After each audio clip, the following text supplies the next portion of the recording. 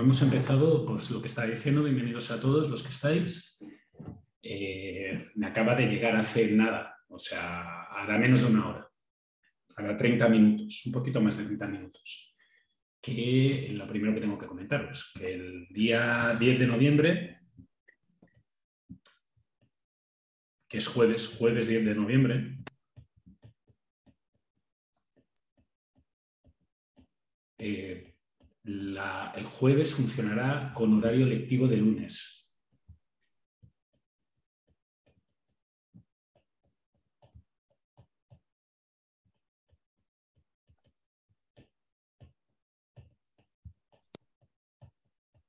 ¿Qué significa esto? Pues que el jueves 10 de noviembre tenéis clase conmigo.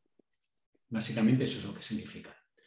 Y que si el jueves 10 de noviembre vosotros si tenéis clases los jueves, pues ese jueves no habrá clase del curso del jueves, habrá la clase del curso del lunes. ¿De acuerdo? Me acaba de llegar. Por tanto, supongo que a vosotros os llegará en algún momento. Si no os llega, avisadme. ¿De acuerdo? Para que hable con la persona de posgrado, si yo os envío un mensaje a todos avisándoos de la situación y confirmando lo que me acaban de enviar a mí. Por mí perfecto, porque tenía, si os fijáis, hemos tenido el 18, vamos a tener en noviembre también otro día muerto y creo que ya tuvimos uno antes. Por tanto, eran muchos lunes perdidos. Entonces, la universidad, la postura que toma en estas condiciones es cambiar un día por otro. Lo cual genera ciertos problemas, que entiendo que para alguno de vosotros puede ser que sea problemático, pero no es que lo haya escogido yo. Es algo que nos ha venido impuesto desde fuera, por tanto, pensadlo, reservaros el 10 de noviembre. Si no teníais clase, pues me vais a tener a mí, me vais a tener que aguantar. Y si teníais clase, pues vais a sustituir al pesado que tuvierais el jueves por el pesado que tenéis los lunes. Básicamente, eso es todo en lo del primer tema. Obviamente, os lo recordaré. No creáis que lo digo ahora y ya no lo voy a volver a decir. Cuando llegue noviembre, antes del día festivo de noviembre, os avisaré y el lunes de esa semana también os avisaré de que el jueves hay clase. ¿De acuerdo? Eso por un lado, en cuanto a temas de tipo burocrático. Segundo tema burocrático, las reuniones de grupo. Yo solamente he sido contactado, me han contactado 3 grupos. Y de esos 3 grupos, solamente hay un grupo con fecha planificada. ¿De acuerdo? Esto es un problema, porque quiere decir que la mayoría de vosotros pues no os ha contactado. Y yo no os voy a perseguir. El trabajo es un 50% de la nota. Entonces, si yo no recibo noticias de vosotros y en el trabajo tenéis un 1, pues vamos a tener un problema para aprobar el curso.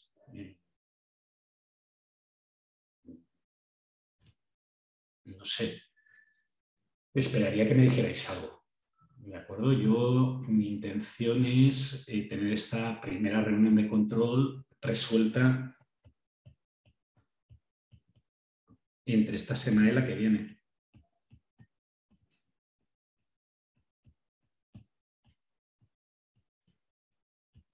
Teniendo en cuenta que yo tengo un calendario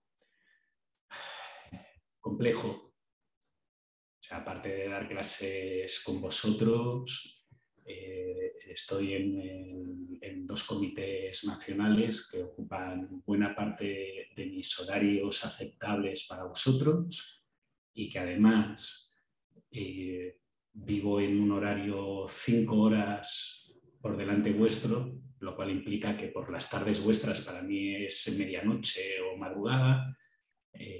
Intentad acelerar cuanto antes mejor la solicitud de 1 hora para que podamos encontrar un hueco. Si no, pues es lo que os digo, va a haber un problema o nos vamos a tener que juntar a las 4 de la mañana en vuestro horario y eso, a ver, A mí me toca trabajar algunos días hasta las 2, 3 de la mañana de aquí para hacer reuniones en horarios decentes en Chile y no os lo recomiendo, ¿sabes? Las ojeras al final llegan por aquí.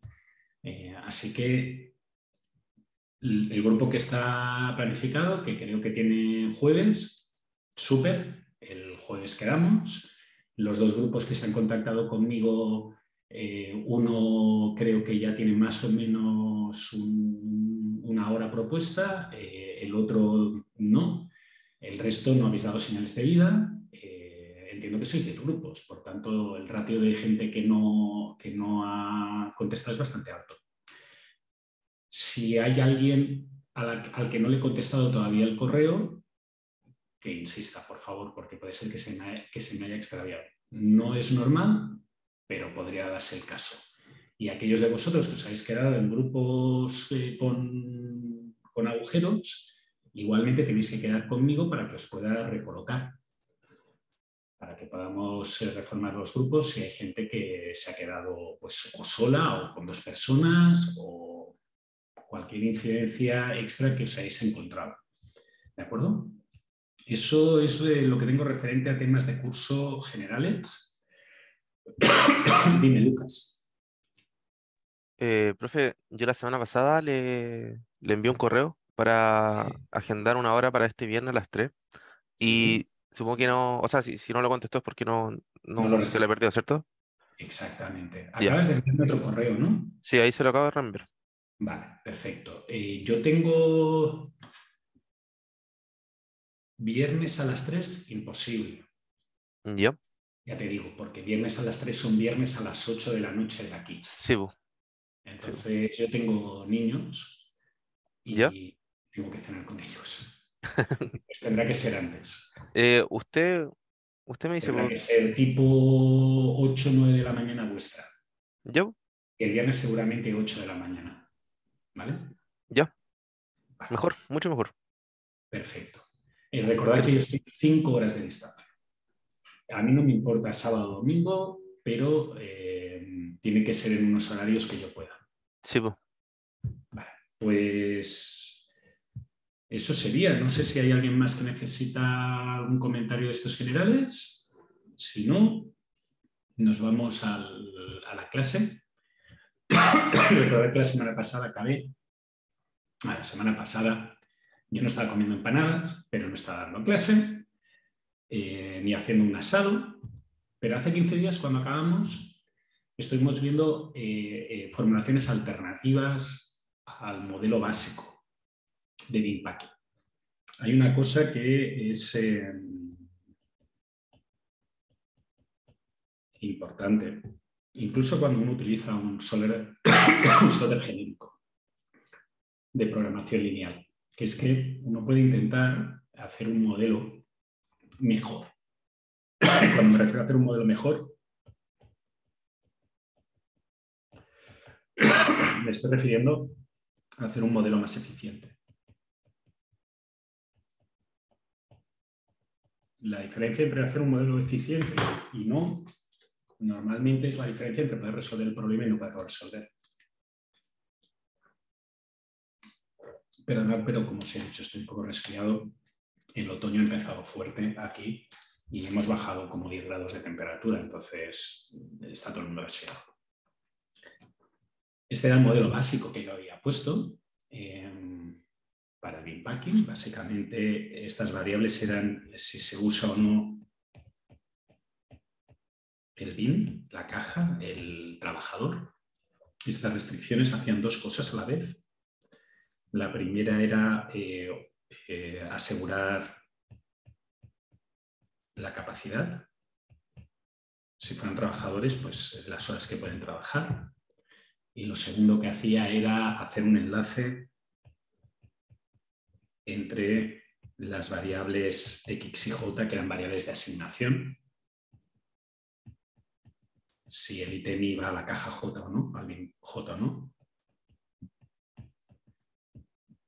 Y digo que es un enlace entre estas X y estas Y, porque fijaros que básicamente las Y tienen que tomar valor positivo, tienen que tomar valor igual a 1, que quiere decir que se utiliza esa caja, que se utiliza ese trabajador si yo le asigno un trabajo. Entonces, la única manera de que aquí le pueda poner un 1 es que aquí también haya un 1. Si yo le pongo aquí un 0, pues no pasa nada, aquí puede haber un 0 y cumplo igualmente, pero lo que estoy intentando evitar es que aquí haya un 1 y aquí haya un 0. Eso es lo que estoy intentando evitar, aparte de hacer el cumplimiento de las restricciones de capacidad. Y la tercera cosa, la segunda restricción que tenemos, es una restricción que básicamente lo que dice es que hay que asignar todo el trabajo.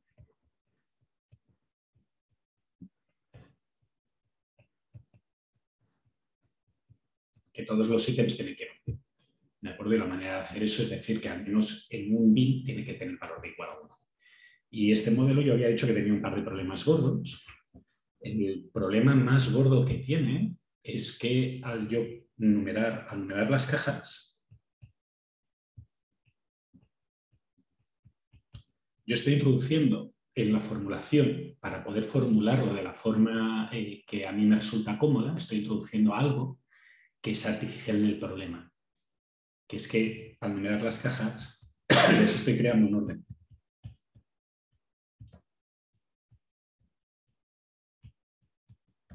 Y ese orden es artificial. Dicho de otra manera, es algo que el problema básico no tiene.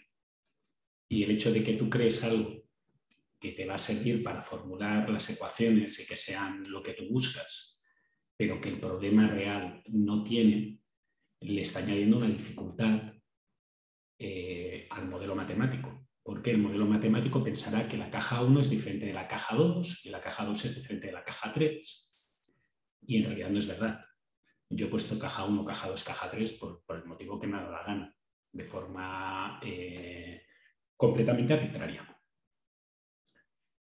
Eso hace que este modelo, como vimos la semana pasada, digo hace 15 días, lo dejáramos corriendo y al cabo de 3/4 de hora, cuando acabó la clase, aún no había acabado. Es más, generó ciertos problemas en mi computadora porque voy muy corto de espacio de disco duro. Y entonces lo que hizo fue que el árbol de exploración, esa forma de estructurar la búsqueda que expliqué que hace la programación lineal entera, guardara información en el disco duro que yo necesitaba para guardar el vídeo del curso, de la clase. Así que si alguno de vosotros es muy impaciente e intentó ver el vídeo del curso el martes, se fijó que no conseguía hacerlo el martes, lo tuve que hacer el miércoles. Y es porque tuve que arreglar cosas por culpa de que la cantidad de problemas de programación lineal que tuve que generar o que tuvo que resolver el problema para esta formulación alternativa se escapaban de lo que podía guardar mi computadora y provocó problemas en mi computadora. Lo digo porque eso no tiene por qué pasar siempre. En realidad esta computadora que tengo para dar las clases es bastante viejita. Pero yo lo estaba haciendo con un problema pequeñín. Imaginaos con un problema grande industrial. Esto podría ser un problema muy gordo. Podríais saltar un servidor, cosa que he hecho. O sea, la universidad tiene unos servidores que son los que utilizamos para hacer nuestros cálculos y en más de una ocasión, por culpa de hacer esto mal, el ordenador se ha ido y ha dicho, se acabó. ¿Vale? Entonces, lo último que expliqué antes de concluir la clase era una formulación alternativa que se conoce como una reformulación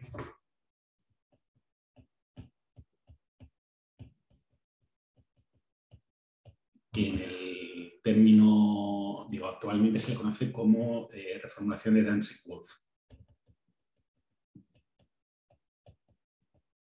¿De acuerdo? La primera persona que la propuso para un problema parecido a este, que era un problema de corte, traducido, tú tienes rollos. O sea, nosotros aquí lo que estamos haciendo, para que entendáis un poco la gracia que tienen este tipo de problemas. Nosotros aquí lo que estamos haciendo es que tenemos objetos y los queremos meter en una caja. Pero hay otro problema que es idéntico, matemáticamente idéntico, que es el contrario, que es que tú tienes un rollo de papel, en realidad esto era un rollo de tela, y lo que quieres hacer es cortarlo en piezas que son las que tienes que vender. Entonces quieres utilizar el mínimo número de rollos. Entonces, fijaros que es la misma idea, pero al revés. En vez de meter los objetos en las cajas, tú tienes las cajas y las tienes que repartir en los trocitos que son lo que tú vendes. ¿Cuántas cajas quieres utilizar? Las mínimas posibles. Ese método lo propuso otras dos personas que se llaman Gomodijo, si no recuerdo mal. Ahí mi memoria siempre es muy mal. Y su idea es, bueno, yo no puedo resolver el problema matemático completo porque es muy grande, no tengo una computadora lo suficientemente potente y además he detectado que tengo este problema de que el rollo 1 es igual que el rollo 2, no tiene ningún tipo de diferencia, la caja 1 es igual a la caja 2. Así que lo reformulo de otra manera. Y esa otra manera te obliga a hacer más trabajo a ti. Totalmente de acuerdo, porque veréis que para empezar, fijaros que tenéis dos problemas aquí, pero la idea es intentar aprovecharse de la teoría que hay detrás del programa lineal, de la programación lineal. Muchos de vosotros habéis hecho el curso de programación lineal avanzada en el mío, por tanto eso nos debería de resultar extremadamente extraño. En los que no habéis hecho un curso de programación lineal en optimización, por tanto, yo lo voy a hacer como si solamente hubierais tenido la parte de optimización, pero a la gente que ha hecho programación lineal avanzada le debería resultar más... la idea es estar más fresco porque lo hizo el semestre pasado, ¿vale? La idea es, imaginaros que en vez de tener las variables de asignar un objeto a la caja 1 o asignar el objeto a la caja 2, tuvierais un conjunto de variables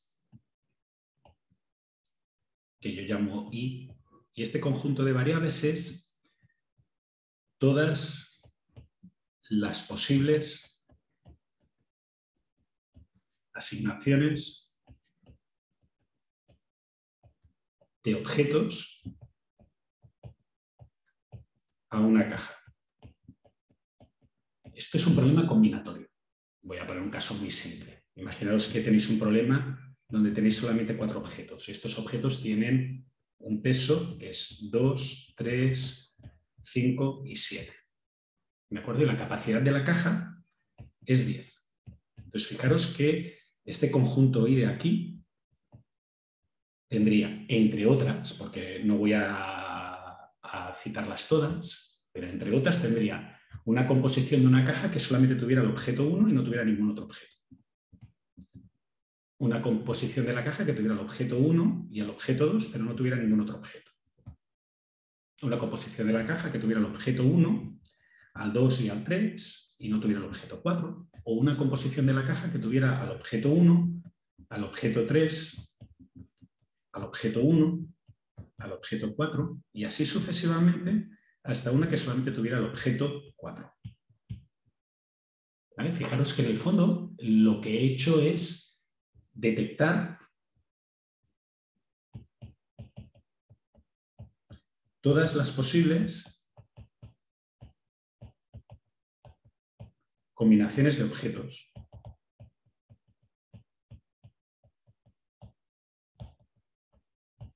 que caben en una caja.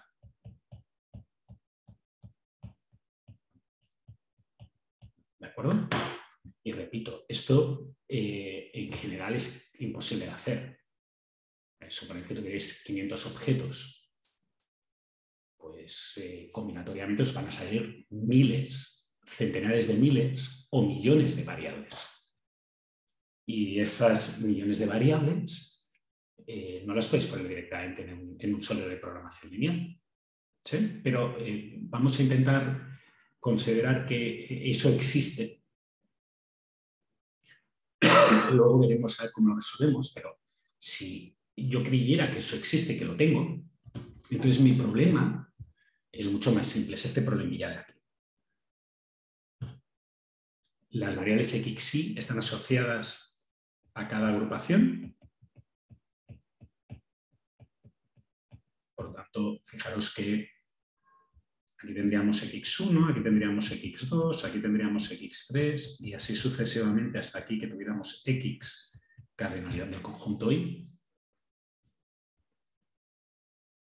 Cada una de las agrupaciones que yo escoja, que son cuando pondré esta variable de x y a 1, tiene que escoger al ítem, a alguno de los ítems. Por tanto, por ejemplo, una solución factible de este problema sería usar esta variable de aquí, esta variable de aquí.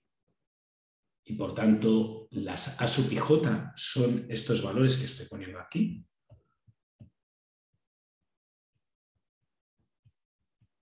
Y fijaros que en este caso la A sub i j de x3, x3, 1 valdría 1, x3, 4 valdría 0.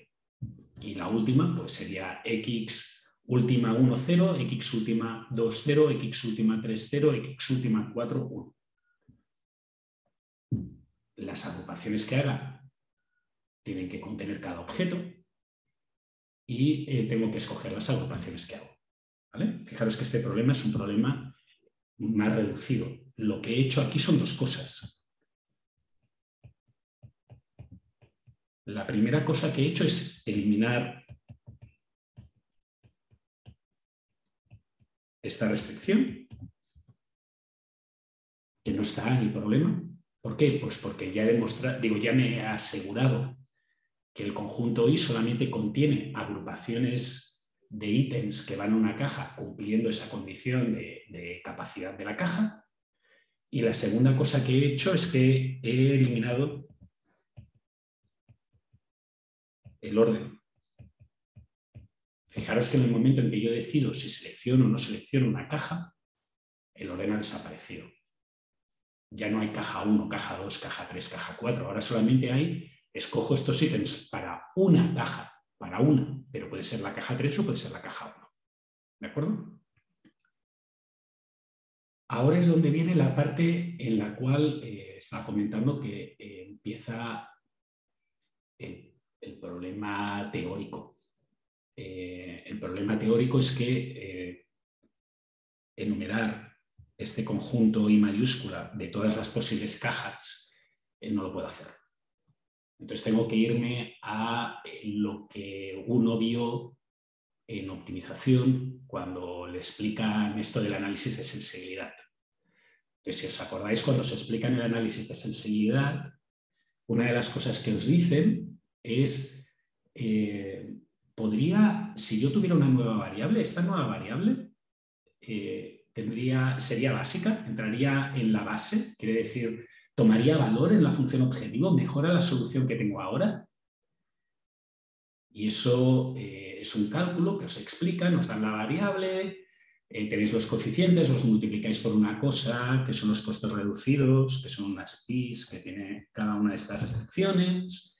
Si el costo reducido es negativo, quiere decir que entraría en la base. Si no, pues quiere decir que no entraría en la base. Si entraría en la base, quiere decir que la metes y vuelves a iterar en el simplex hasta volver a tener un nuevo óptimo. ¿De acuerdo? La idea aquí es lo mismo. Como el conjunto I no lo tengo descrito completamente, solamente tengo un subconjunto, empiezo con un subconjunto de él.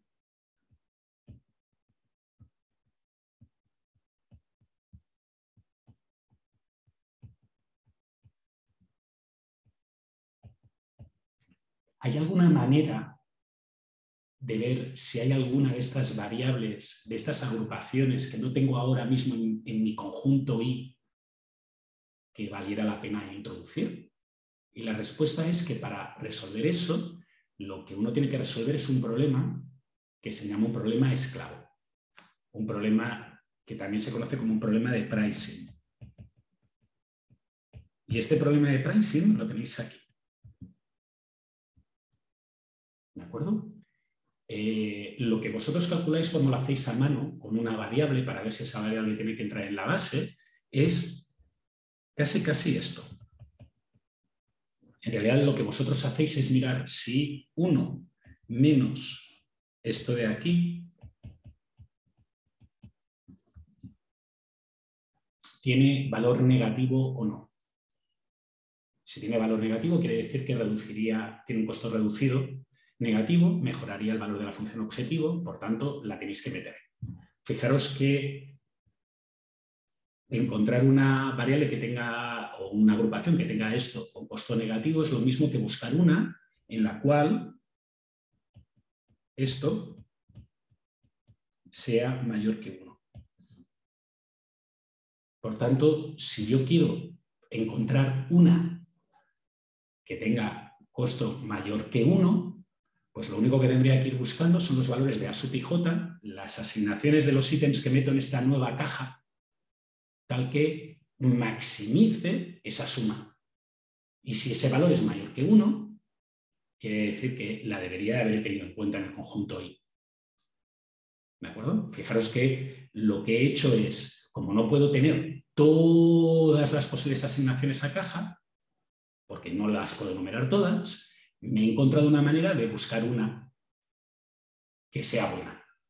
Y voy a ir buscando una que sea buena, la voy a ir metiendo, voy a volver a resolver el simplex, voy a buscar otra, la voy a ir metiendo y así sucesivamente hasta que el simplex me diga, no, con esta ya tengo suficiente, las otras eran innecesarias. Recordad que en el simplex, por la estructura que tiene el modelo, hay algunas variables que toman valor y otras que toman valor cero. Las que tomaban valor cero no eran necesarias. Si no las hubierais puesto en el modelo, la solución óptima del modelo hubiera sido la misma. ¿De acuerdo? Por tanto, la idea aquí es descubrir aquellas que te valga la pena meter.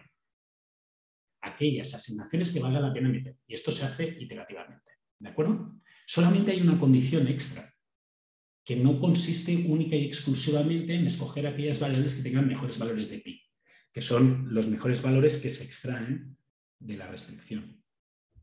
Y es que, recordad que yo he eliminado del modelo la capacidad. Entonces tengo que asegurarme que el subconjunto de ítems que voy a añadir ahora al modelo, al conjunto I de arriba, ese subconjunto de ítems cumple con la capacidad. Y para cumplir con la capacidad le pongo la restricción aquí. ¿De acuerdo? Y ahora esto lo puedo hacer de forma iterativa. Empiezo con unas cuantas, solo el modelo de programación lineal, me dice unos unos elementos de aquí, que yo los utilizo para buscar una nueva variable que puede mejorar la solución, la añado al modelo de programación lineal, la resuelvo y así iterativamente. ¿De acuerdo? Fijaros que esto, el problema que tengo como pricing, el problema esclavo, lo que tengo abajo, es un problema de Naxat. Es un problema de la mochila. Estoy maximizando los ítems que cojo que tienen mayor valor sujetos a una restricción. Y esto enlaza el problema que hemos visto ahora con el problema de Naxat. Y esto acostumbra a pasar en muchas ocasiones. Tienes un problema chiquitín y un problema más grande. El problema o la parte de Naxat que teníamos aquí nos ha permitido una descomposición.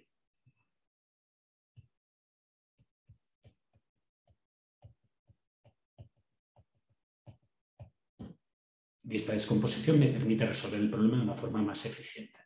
¿De acuerdo? Solamente me falta una pequeña cosa. Yo cuando estoy haciendo esto no estoy trabajando con esto.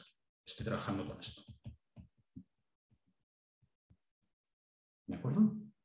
Que lo sepáis. Por tanto, generalmente el modelo que se propone empieza trabajando con variables reales y cuando ya el proceso iterativo le dice que no puede mejorar, entonces las variables que ha creado las vuelve binarias y resuelve el modelo resultante, que es un modelo muchísimo más chiquitín, porque en vez de tener en cuenta todas estas combinaciones posibles, solamente tiene en cuenta las combinaciones que realmente parecen buenas. ¿Sí? Un pequeño detalle a nivel algorítmico.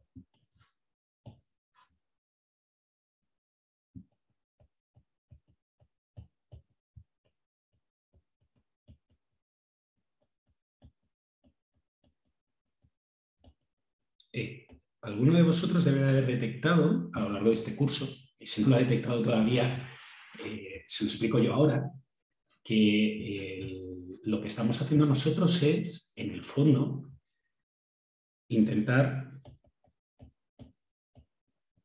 resolver problemas cuyo enfoque básico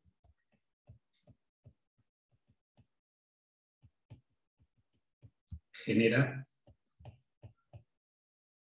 ineficiencias. De nuevo, recordad, esto es un curso de magíster, no es un curso de pregrado. El nivel pregrado te enseña a resolver los problemas fáciles o los problemas que las herramientas estandarizadas que otra persona ha desarrollado por ti te van a resolver. Llega un momento en el cual pues, te encuentras con problemas que ya no puedes resolver o que no se pueden resolver con esas cosas. Y para eso hay niveles de gente que estudia en magíster o que estudia en doctorado. Por tanto, fijaros que aquí yo estoy prestando especial atención en esos problemas en los cuales las herramientas que ya os habían explicado en Opti, en IO, en gestión de operaciones avanzadas, pues chocas contra la pared y dices, pues esto ya no lo puedo resolver. ¿Quiere decir que esos problemas no se pueden resolver? No, quiere decir que tienes que meter más coco, le tienes que dar más vueltas a tu cerebro. ¿De acuerdo? Por tanto, sin irme a los problemas más difíciles, que eso ya sería a nivel doctorado, en el nivel magíster estamos viendo estos primeros problemas en los cuales uno tiene que hacérselas venir para tener herramientas adicionales. Entonces, ¿qué pasa? Esas herramientas adicionales no van a ser herramientas ad hoc, no son cosas que uno puede encontrar en Internet, buscarme en Google y hacer un corta-pega.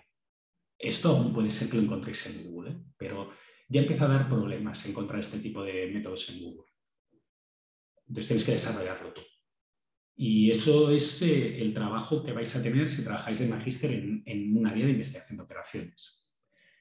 Si trabajáis de magíster en otras áreas, habrá otras cosas, pero en esta área esto es lo que se espera de un título de magíster, que sea capaz de implementar esas cosas. Por tanto, yo os recomendaría, como ejercicio, que diréis que esto de aquí lo deberíais de poder hacer vosotros. Lo deberíais de poder programar. ¿Por qué? Porque, uno, tenéis código para resolver problemas simplex.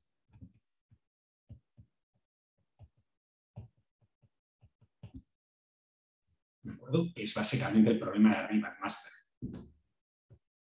Dos, tenéis la teoría para buscar cómo pedirle al simplex o cómo pedirle al solver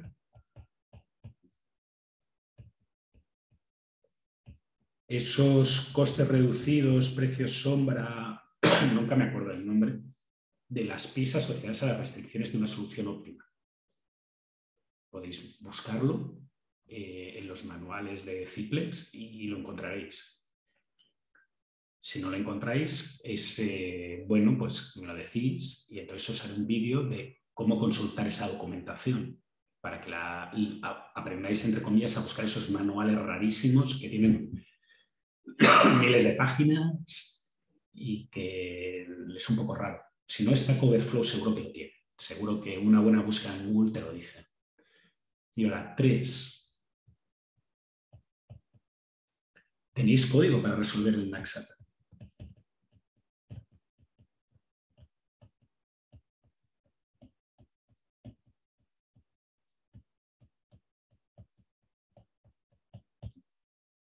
Este problema slave, este pricing que tenéis aquí de NACSAT, lo hemos visto resolver. Entonces, lo único que deberíais de hacer es, con todas estas partes, pegarlas. Lo cual no es una tarea fácil, ¿eh? Es una tarea relativamente compleja. Pero este loop, si sois capaces de hacerlo, quiere decir que seríais capaces de trabajar haciendo este tipo de cosas y este tipo de requerimientos que van un poquito más allá de lo que tiene un pregrado. Yo entiendo que la mayoría de gente que estudia un magíster, bueno, la mayoría de gente, hay dos tipos de personas que estudian un magíster. Hay gente que quiere tener la medallita de que tiene un magíster y no volver a tocar nunca nada del tema de magíster. Y entonces tomároslo como que esto es un entrenamiento, es como hacer una maratón, que para correr una maratón pues tienes que practicar, y hay gente que quiere trabajar de esto. Entonces, para el segundo tipo de persona, que es a la que yo básicamente me dirijo, Este es un buen ejercicio para practicar, es un buen ejercicio para intentar entender lo que está sucediendo y ver si realmente esto te gusta, porque después tienes que trabajar de esto. Entonces, si vas a trabajar de esto durante muchos años y le vas a dedicar una inversión, mejor que te interese.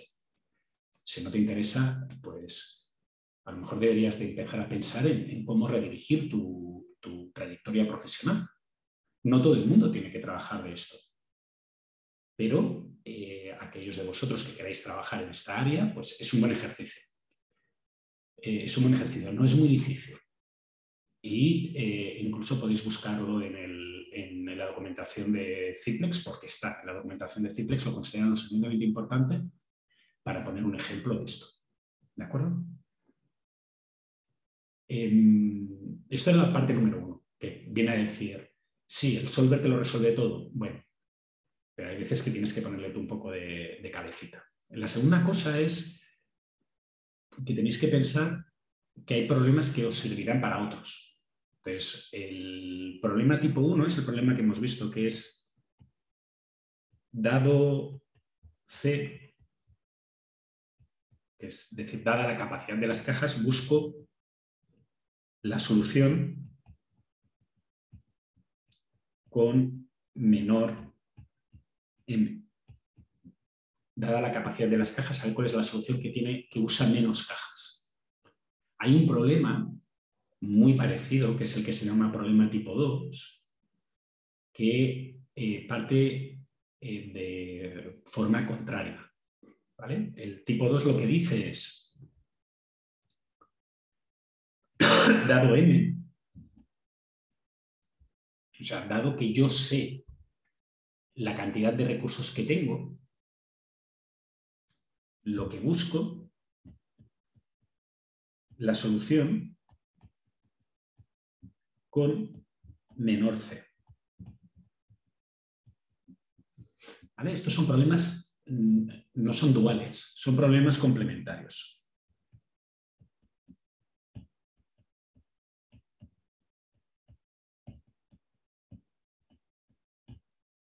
Y son problemas complementarios porque uno puede utilizarse para resolver el otro. Entonces, hay métodos que uno cuando se pone a pensar en cómo resolverlo, le van a parecer más fáciles para un problema que para el otro, pero a lo mejor los puedes combinar. Entre comillas, puedes utilizar lo que sabes de uno para resolver el otro. A lo mejor el problema tipo 2 es el que tienes en realidad, que es que tú tienes M máquinas o M trabajadores y lo que quieres es que todos los trabajadores hagan más o menos lo mismo, y la mejor manera de hacer que hagan todos más o menos lo mismo es reducir cuál es el que hace más, porque es como chafar una caja para que todas queden planitas, y la mejor manera de que queden equilibradas es que todas tuvieran exactamente C. Y como ese problema no lo puedes resolver porque en clase te han explicado solamente los de tipo 1, a lo mejor puedes hacer iterativamente el tipo 1 para conseguir el tipo 2, que es lo que vamos a ver ahora. Bosco, dime. Hola, sí, profe, era relacionado a eso del ejemplo que puso ahora, de que estos problemas los podemos también como ver desde otras perspectivas, como por ejemplo un problema de almacenamiento o también un problema de líneas de montaje, ¿no? Se Sí, podría bueno, aplicar. los problemas de línea de montaje los veremos la semana que viene, así que en esa parte nos vamos a olvidar hasta la semana que viene, ¿vale? Pero yo utilizo ítems y bins, utilizo cajas y objetos, pero pensad que podrían, la descripción típica del problema de tipo 2 es que tú tienes M máquinas, ¿de acuerdo? Y tu objetivo es acabar cuanto antes mejor. Las piezas no tienen un peso, las piezas lo que tienen es un trabajo que necesitan. Entonces, tu objetivo es asignar las piezas a las máquinas para acabar cuanto antes mejor. Y acabar cuanto antes mejor es que la máquina que acaba la última acabe cuanto antes mejor. Y eso es equivalente a minimizar C, a encontrar el menor C. Pero en ese caso, en vez de llamarse C, se llama Cmax, que es el tiempo de completación de la última pieza de la última máquina. ¿De acuerdo? Yo utilizo ítems y bins porque pongo la descripción básica, pero por ejemplo, uno de vuestros grupos tiene un problema en el cual las máquinas son servidores de Google y las piezas o los ítems son operaciones que se tienen que realizar en la máquina que ocupan una cierta cantidad de recursos de CPU. Y el problema es el mismo. Y creo que otro de vosotros lo que tiene es que los bins, las capacidades son camiones y los ítems son las piezas que se tienen que distribuir. Que yo le llame ítem y bin no quiere decir que sean obligatoriamente ítems y bins. La nomenclatura, ¿no? Esta área, yo entré porque quería aprender cómo un ordenador jugaba a juegos de estrategia y por eso me quedé. Estudié ingeniería industrial por eso. Alguno me dirá, usted era muy raro. Sí, yo era muy raro, soy muy raro, no he intentado nunca evitarlo. Lo que hizo que me quedara en esta área era que cosas que parecen extremadamente distintas son lo mismo. Entonces eso te obliga a estar pensando siempre en qué es lo fundamental, qué es la cosa que realmente uno quiere resolver. Es como un puzzle. Una persona que realmente este tema le apasiona o quiere trabajar de esto, tiene que intentar ver ese puzzle. Sería como en Matrix. Ahora ya sé que Matrix es una peli que os queda un poco vieja para muchos de vosotros, pero tienes que ver más allá de las imágenes, tienes que ver lo que hay detrás. Y por eso yo utilizo ítem y bin. Pero como dice Bosco, no tiene por qué ser un ítem y no tiene por qué ser un bin, pueden ser máquinas, pueden ser trabajadores. Lo único que estás buscando son agrupaciones de lo que va a hacer cada una o cómo se van a agrupar, quién es el que va a hacer todo eso. Ya sea transportarlo, ya sea entregarlo, ya sea fabricarlo, lo que sea. Claro, lo que pasa es que me estaba como, cuando usted mencionaba los conceptos, estaba imaginándome un poco el problema de gestión de almacenes, por ejemplo, ¿no? Que el almacén tiene una cierta capacidad y tenés que agrupar los ítems de tal manera que no alcance la capacidad. Hay otras restricciones, por ejemplo, si es un almacén con refrigeración, que los ítems se adapten también a la capacidad de refrigeración del almacén y así añadiéndole cosas, ¿no? Entonces, por eso le hacía la pregunta. Claro, eso sería un problema tipo 1. Un problema tipo 2 sería, por ejemplo, que tienes trabajadores, ya sabes los trabajadores que tienes, no puedes contratar y despedir trabajadores, y entonces lo que vas a intentar es minimizar el número de horas extras que vas a hacer. Claro. ¿Y cómo minimizas el número de horas extra? Pues que los trabajadores no se pasen lo mínimo posible de la cantidad máxima. ¿Y cómo es pasarse lo mínimo posible de la cantidad máxima es equivalente a minimizar todo lo que hacen? Porque la cantidad máxima a lo mejor es hasta aquí, pues lo que queda por arriba es el extra. Y eso es el tipo 2. ¿De acuerdo? Uno es la situación en la que tú te planteas que tienes recursos infinitos y entonces quieres minimizar la cantidad de recursos que realmente vas a hacer. La otra es, yo tengo estos recursos, voy a intentar optimizarlos de la mejor manera posible. ¿De acuerdo? Muy bien. La gracia que tiene esto es que tú lo que podrías hacer es como una especie de búsqueda binaria para resolver el problema.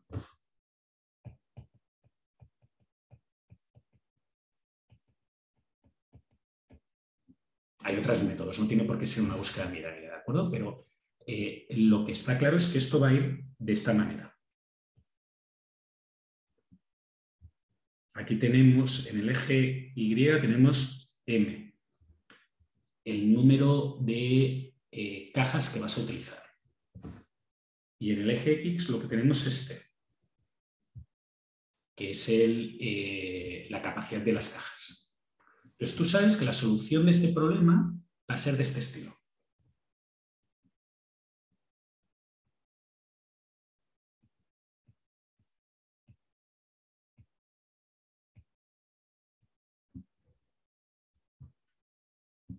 ¿De acuerdo? Tú sabes que como mínimo vas a necesitar una caja, que es el caso en el que tuvieras una caja de capacidad, la suma de todos los pesos. Y tú sabes que al menos necesitas una caja, cajas de capacidad como el objeto más grande. Por eso fijaros que aquí hay un espacio que no tiene solución. Porque serían que la capacidad de la caja es menor al objeto más grande, entonces ese objeto no cabe, y como no cabe, pues ya no tiene solución. Y todo lo demás es como una especie de escalera que va disminuyendo. ¿De acuerdo? Utiliza la misma cantidad de cajas hasta que baja una, la misma hasta que baja una y así sucesivamente. Pero suponed que vosotros tenéis un método para resolver el problema tipo 1, que es el caso de lo que tenéis ahora. Yo tengo un método que resuelve el tipo 1.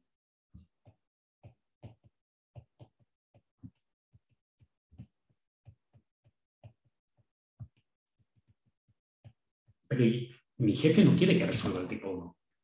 Mi jefe quiere que resuelva el tipo 2. Entonces, por ejemplo, os dice, no, solamente tenéis 5 cajas.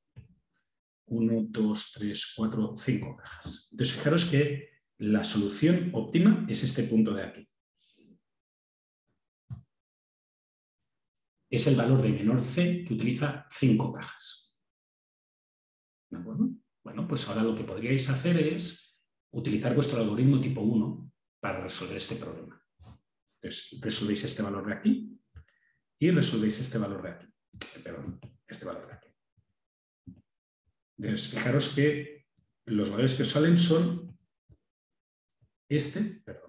vamos a poner este color. Este y este. Bueno, pues tú sabes que el óptimo está en medio. Entonces, una búsqueda binaria que hace dividir el problema por la mitad. Entonces, ahora resolverías un nuevo problema que sería el de C, la mitad de estos dos valores que he marcado en rojo. Y, por ejemplo, te podría dar este de aquí. ¿De acuerdo? Son el valor C1, el valor C2, dividido entre 2. Y ahora este valor resulta que te da este de aquí. Bueno, pues ahora tú sabes que el valor óptimo, el valor que estás buscando tú, no está entre el menor y el mayor, que era elemental que iba a estar entre el menor y el mayor. Tú sabes que está entre aquí y aquí. Tú sabes que está en este rango. Bueno, pues ahora vuelves a resolver otro problema. Y este otro problema, que yo lo voy a pintar en rosita, va a ser justo el del medio, que es este de aquí. ¿Y ahora qué te dice este de aquí? Pues te dice que está entre este y este. Fijaros que cada vez partes por la mitad, partes por la mitad, partes por la mitad, partes por la mitad. Al final, aquí. Y demostrarás que si usas uno menos de capacidad no cumple y que si usas uno más de capacidad no cumple. Digo, te sobra esa capacidad extra. ¿De acuerdo? Por tanto, habrás resuelto el problema tipo 2 usando un algoritmo tipo 1. Lo mismo se puede hacer en el caso contrario. Y esto podría ser una pregunta de prueba.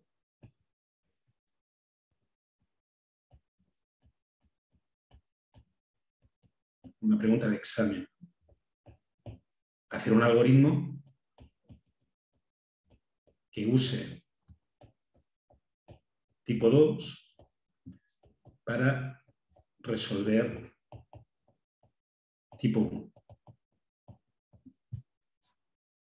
¿De acuerdo? Esta propiedad se utiliza con muchísima frecuencia. ¿Por qué se utiliza con muchísima frecuencia? Porque ahora cuando veamos los métodos para resolver los problemas tipo 2, veréis que hay una serie de herramientas computacionales que se adaptan mejor al problema tipo 2 que al problema tipo 1. Y el hecho de que se adapten mejor, que sea más fácil trabajar con el problema tipo 2 que con el problema tipo 1, y que hay problemas que pasa justo lo contrario, como por ejemplo el problema de equilibrado de líneas de montaje que comentaba Busco y que veremos la semana que viene, que tiene una característica que hace que sea más fácil resolverlo tipo 1 que tipo 2, genera esta interacción en que uno puede ser que le valga la pena resolver 1000 problemas tipo 2 para resolver el tipo 1 o 1000 problemas tipo 1 para resolver el tipo 2. ¿De acuerdo? ¿Dudas? ¿No? Vale, recordad que yo voy poniendo todo esto, lo estoy subiendo a cursos y que subo los vídeos también. Así que estas preguntas que voy dejando por aquí, pues las vais a tener presentes y las podéis consultar antes de la prueba, del examen. Vamos ahora al problema tipo 2. El problema tipo 2 se conoce como Unrelated Parallel Machine Scheduling Problem, UPM SP es el nombre que tiene, por un nombre técnico, ¿vale? Aquí no vamos a referirnos a items y builds, sino que nos vamos a referir a... Tenemos n máquinas. Estas máquinas son nuestras cajas. Podrían ser operarios también. Y ahora tenemos n ítems, que son n trabajos, n jobs. Si queréis, en vez de trabajos, llamarle operaciones, que es como se le conoce normalmente. Que son nuestros ítems, nuestros objetos. Entonces, estas operaciones requieren que se hagan en una máquina. Requieren un trabajo para poder tenerlas hechas y venderlas. ¿De acuerdo? Estas operaciones, los tiempos que tarda una máquina en hacer esa operación se conocen como T sub I. Es el tiempo de operación.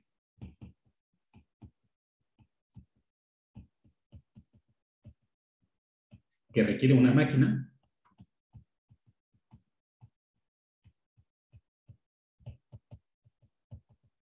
para hacer la pieza.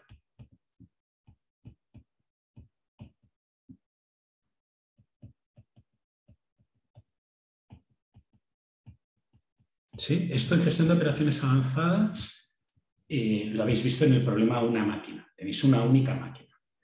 La diferencia que hay en este caso es que tenéis múltiples máquinas y podéis hacer todos los trabajos en cualquiera de las máquinas. Cualquier máquina puede hacer un trabajo, puede hacer cualquier trabajo.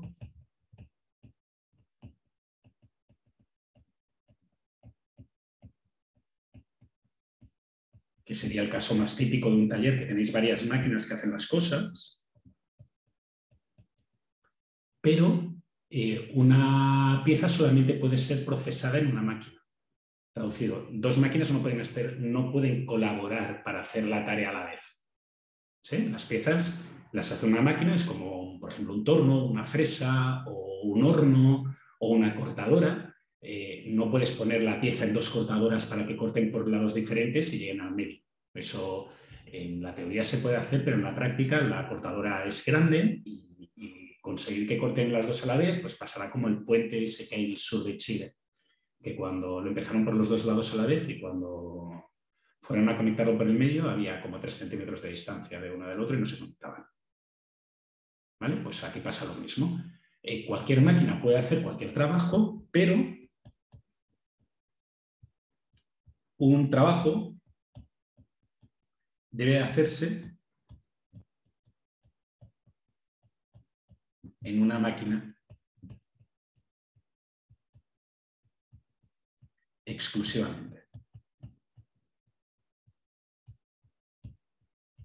¿De acuerdo? Voy a aprovechar el ejemplo para que veáis, o voy a aprovechar para hacer un ejemplo para que veáis un poco cómo funcionaría esto y la idea que tenéis o que tendríais asociada con un diagrama de una carta Gantt, que es la representación típica. Y lo voy a aprovechar también para que veáis cómo esa carta Gantt en realidad está muy asociada también con el Bin Packing tipo 1. ¿Vale?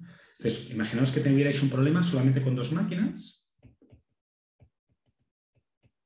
Sí, Bosco, esto es un ejemplo, la solución óptima es una programación óptima de trabajos en máquinas o un reparto óptimo de trabajos en máquinas, intentando minimizar un objetivo que es el Cmax, el tiempo de completación máximo, ¿de acuerdo? Acabar lo antes posible todo. Creo que en gestión de operaciones avanzadas os explican otros objetivos, como por ejemplo CMET, que es el tiempo medio de proceso de las piezas, o LMAX, que es el retraso máximo. Cuando acabemos con equilibrio de líneas de montaje, veremos un poquito de modelos de planificación agregada y veremos un poquito de problemas de secuenciación, ¿vale? Entonces vamos a ver un problema con 5 máquinas, digo con 2 máquinas y 5 ítems. Y estos ítems tienen un tiempo de proceso, que les voy a llamar T1, T2, T3, T4, T5, que es 8, 4, 6, 1 y 3. ¿De acuerdo? Entonces, ¿cómo funcionaría esto? Pues Por ejemplo, podríais utilizar, para representarlo, una carta Gantt. Esto sería la máquina 1, esto sería la máquina 2. Aquí tendríamos el instante 0. Y lo que voy a hacer es, para hacerlo visual, estoy señalizando los colores que voy a utilizar, ¿de acuerdo?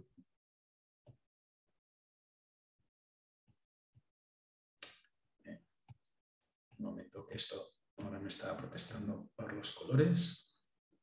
Así, ¿de acuerdo? Por tanto, fijaros que estos son los colores que voy a utilizar. Pues una cosa que podríais hacer es decir, bueno, voy a empezar haciendo lo más pequeñito primero. Pues empieza en el instante 0 y acaba en el instante 1. Y ahora lo siguiente más pequeñito, que es el 5, ¿no? Entonces, como es el 5, la pieza 5 dura 3, se la hago a la máquina 2, perdonad. 1, 2, 3.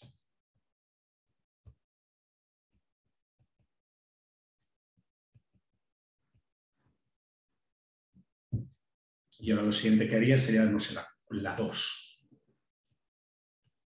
Y esa pues seguramente se la haríais hacer al trabajador 1 de la máquina 1. 1, 2, 3, 4. Perdonad un poco lo feo de la carta Gantt, pero mi profe de dibujo siempre dijo que yo no servía para la ingeniería porque dibujo fatal. Y tiene razón. No le voy a llevar la contraria. Ya está muerta la pobre. Y ahora, pues, seguramente haríais la tarea 3 y se la asignaríais a la máquina 2. Y haríais 1, 2, 3, 4, 5, 6. ¿De acuerdo? Y en la carta Gantt, fijaros que lo que tendríais es el 6, el 7, el 8 y el 9. Y ahora me faltaría la pieza 1, esa la pondríais en la máquina 1. Que sería 1, 2, 3, 4, 5, 6, 7, 8. Fijaros que si pudierais hacer la pieza 1 la mitad a la vez en la máquina 1 y la máquina 2, pues las dos últimas las moverías a la máquina 2. Y ya está. Y seguramente ahora que lo vemos, pues tenemos un problema en el cual a lo mejor tendríamos que haber empezado por la pieza 1. Porque es la que parece que es más difícil de cuadrar en todo este tinglado de valores. ¿Sí? Así que posiblemente habría alguna manera de conseguir que la máquina 1 lo hiciera mejor y que la pieza 1 se asignara antes y a lo mejor coger lo que hace la roja, la primera que pusimos, y ponérsela a la máquina 2, por ejemplo. ¿De acuerdo? En el fondo, esta descripción lo que está diciendo, lo que haría en el caso del bin packing es que el tamaño del bin, el tamaño de la caja es hasta aquí, 10, 11, 12, 13. ¿Vale? Y eso es cuando acabo todo, en 13. ¿De acuerdo? Si yo ahora pusiera esto y lo pasara a 10, me podríais demostrar matemáticamente que como mínimo para hacerlo en 10 necesito 3 máquinas. Y eso se puede hacer una demostración matemática de que realmente es así para este juego de números. ¿De acuerdo? Pero el problema en el fondo, lo que estoy haciendo, lo que estoy sustituyendo es la asignación de tareas, es la asignación de piezas a cajas. ¿Sí? Y la restricción de estas variables enteras que teníamos aquí, esta parte de que las variables de asignación tienen que tener valores enteros, lo que está indicando, lo que está generando es que una pieza no se puede hacer en 2 máquinas.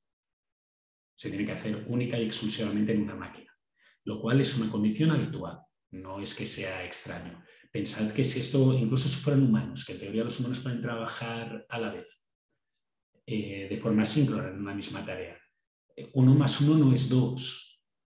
Si 2 personas tienen que hacer esto, seguramente necesitarán coordinarse y el hecho de que se tengan que coordinar hará que no dure 8, que dure 9 o 10.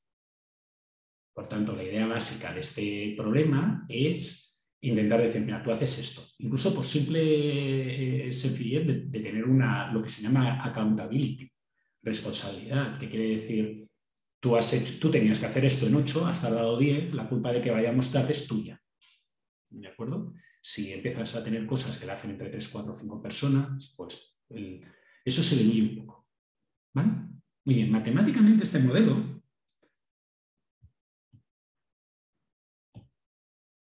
fijaros, dime, Bosco.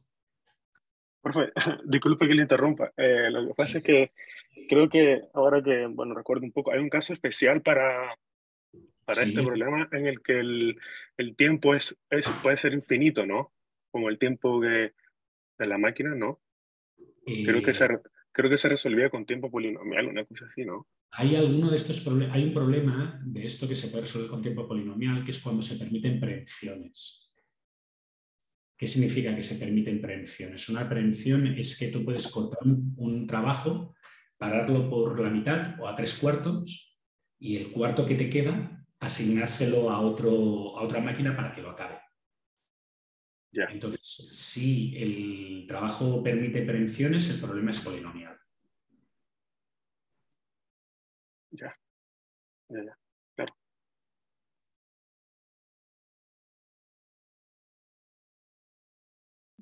Creo que se les fue el Profesor, audio, no profe. tiene audio. No tiene audio. Se les fue el audio, profe. ¿No oís? Ahora sí. Ahora sí, ahora sí. Es que estaba hablando muy bajo, en todo caso. Dice que mi conexión a internet es inestable. Vamos, bien. Yo siempre pongo 2 casos para explicar por qué una prevención no siempre es probable. El primer caso es vosotros cuando estudiáis. Estáis estudiando, entonces llega que hay una semana de fiesta, dejáis de estudiar, y entonces cuando volvéis a estudiar al cabo de una semana, seguís por el mismo punto, tenéis que repasar de antes. Tenéis que repasar de antes, por tanto, no es que sea que podáis congelar en cualquier momento las actividades. Y el segundo ejemplo que pongo es un horno. Tú tomas una pieza, la calientas, empiezas a hacerle el proceso que necesites a 200 grados. ¿Puedes retirar el objeto, dejarlo frío y después volverlo a calentar y continuar como si no hubiera pasado nada? No. Hay problemas que sí, y esos problemas son más fáciles. Son problemas en los que puedes dividir la tarea en trocitos y hacerlos independientemente, y entonces esos problemas son más simples. ¿De acuerdo? Perfecto. Gracias, profe. De nada. Vamos al modelo. Fijaros que la diferencia que hay ahora es que ahora yo no tengo que minimizar el número de máquinas, porque yo el número de máquinas ya lo conozco. Entonces, lo que voy a tener que minimizar es la C. Ahora, la segunda restricción que tenía, la primera restricción que teníais, que originalmente era esta,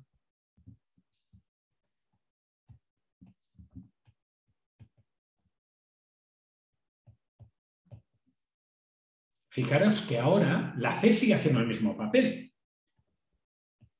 pero ya no necesito la Y, porque yo ya sé que esas máquinas existen. Por tanto, lo único que voy a tener que hacer es la misma suma de antes,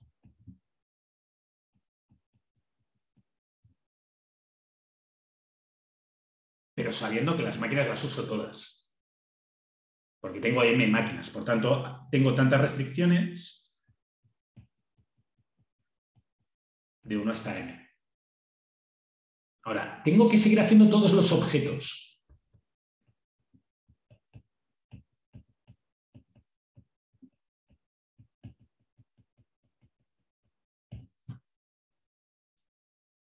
Y ahora las variables que tengo son las que tenía antes de asignación,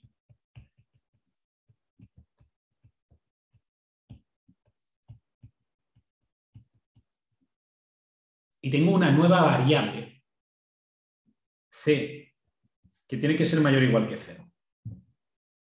Por tanto, es una variable real, positiva.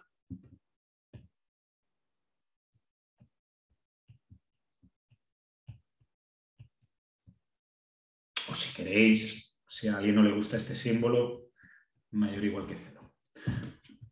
¿De acuerdo? Fijaros que el modelo es el mismo casi. Y como el modelo es el mismo casi, sufre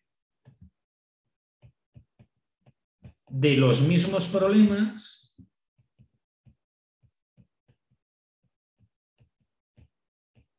que el modelo BPP1. ¿Por qué? Porque que yo le ponga aquí a la izquierda máquina 1, máquina 2, si las máquinas son idénticas, pues podría haberle puesto máquina 2, máquina 1. Y no hubiera habido ningún cambio. ¿De acuerdo? Por tanto, el problema que teníais antes lo seguís teniendo ahora, con una pequeña complicación, ¿vale? Que es que ahora tenéis, os habéis ahorrado de las variables Y, pero tenéis una nueva variable que es la C. ¿De acuerdo? Muy bien. ¿Cómo resolver esto?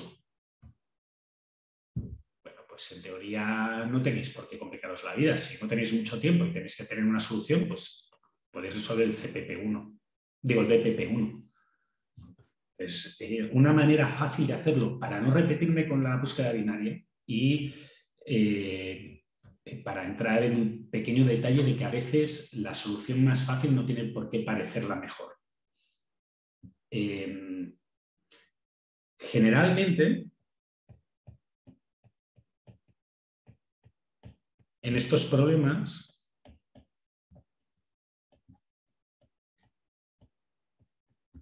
la solución óptima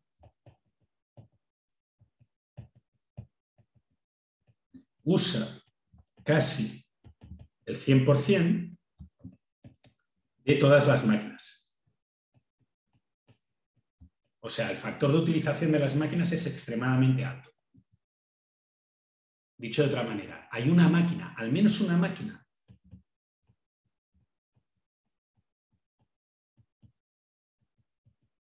en que la suma de pesos es igual a C. Fijaros que C tomará el valor más chico posible, por tanto hay uno en que se cumplirá en igualdad. Y el resto, esta suma de pesos, casi es C. Es más pequeño, pero casi es C. ¿De acuerdo? Por tanto, en el caso ideal, esta condición de aquí se cumple para todas las máquinas.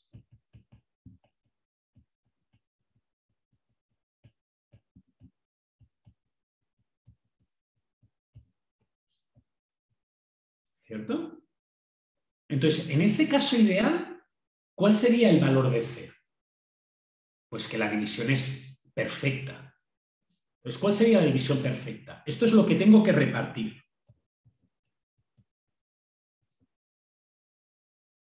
Y lo tengo que repartir de forma perfecta entre m objetos. ¿Cierto? Vale, y como yo sé que el valor tiene que ser entero, porque las T's normalmente son enteras, si esto da fraccionario lo voy a arreglar así. ¿Vale? Esto es porque generalmente el entero por exceso es porque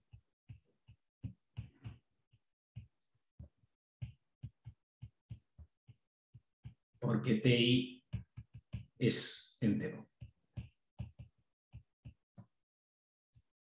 Vale. Generalmente la solución óptima es así. Cumple esto. O se acerca mucho a esto. Entonces, en vez de empezar con una binaria que busca desde el valor más chico al valor más grande, uno podría plantearse un método que sea de este estilo. 1. Busco C ideal.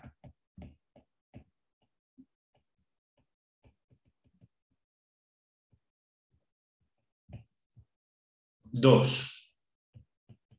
Resuelvo tipo 1 con valor DC. 3. Si solución tiene M cajas, fin. Si no, C es igual a C más 1, ir al paso 2. ¿De acuerdo? Fijaros que esto es el equivalente a que en esta recta de aquí, que habíamos puesto antes, si yo estoy buscando este valor, en vez de ir desde el más pequeño hasta el más grande, estoy atacando el problema así. Miro este valor de aquí. ¿Me sale? Bien. Si no, uno más. ¿Me sale? Fin. ¿No me sale? Uno más. ¿Me sale? Fin. ¿No me sale? Uno más. ¡Uop! He llegado. Lo he encontrado. ¿De acuerdo? Esto funciona bien porque esto acostumbra a pasar. Pues fijaros que aquí hay un poquito de cocina y un poquito de saber. Y eso a veces no se sabe, no lo sabes. Entonces lo que haces es probar las dos, a ver cuál es el que va más rápido. Pero para este tipo de problemas resulta que este generalmente se cumple y este generalmente de aquí me permite llegar a este procedimiento que es más rápido, en general, al genérico de la búsqueda binaria que he puesto antes. ¿Preguntas? ¿No? Entonces, si tuvieras que resolver esto, dime. Yo, profe, sí. En el caso que no sé, que podríamos plantear que algunos trabajos o máquinas o operaciones son más importantes que otros, ¿cómo Entonces, funcionaría? es un caso ponderado. Ahí se sacaría un promedio, ¿no? Un promedio Tienes un caso ponderado. La función objetivo es diferente. Uh-huh. Entonces, es un poco distinto. Por ejemplo, si tú lo que tienes es que las piezas tienen una importancia relativa diferente, y eso normalmente se atribuye con un peso W/I, entonces tienes que ver W/I por el tiempo en que se acaba la tarea I. ¿Vale? Entonces, la restricción no es una restricción de capacidad, porque tienes que ver cuál es la tarea que acaba primero. Entonces tienes unas restricciones, digo unas variables que son X y J, K, que son variables binarias que indican si la pieza I se hace antes que la J en la máquina K. Y este problema es mucho más difícil. Con múltiples máquinas es horrendamente más difícil. Con una máquina sigue siendo P, sigue siendo resoluble de forma rápida, porque puedes calcular un ratio de duración por peso y las ordenas por ese ratio y las haces de mayor ratio a menor ratio. De menor ratio a mayor ratio, si lo haces por duración por peso. Pero ese es un problema un poco distinto, de nuevo. Generalmente uno tiene un modelo básico y entonces van saliendo cosas alrededor. Y esas cosas alrededor hay de dos tipos. Hay las que te permiten seguir trabajando con la misma lógica y aquellas que se dividen, que se separan tanto que solamente puedes aprovechar algunos factores. No todos. ¿De acuerdo? Entonces, el que tú me pones, en el momento en el que tienes pesos que son diferentes para cada pieza o fechas de entrega para cada pieza, te suprime la capacidad, básicamente, porque ya no te importa. Lo que te importa es acabar antes algunas cosas, no acabar todo pronto. Por tanto, acabar lo último pronto. ¿De acuerdo? ¿Preguntas? Gracias, profe. De nada. ¿No hay más preguntas? Bueno, pues voy a dar los 20 minutos ahora. He acabado 5 minutos tarde. Volvemos a las 6:20. ¿De acuerdo? Descansad si podéis, yo voy a salir como 10 minutos y después volveré, contestaré los correos electrónicos. Os recuerdo que la mayoría de vosotros no me ha avisado todavía de cuándo piensa hacer la presentación de su trabajo y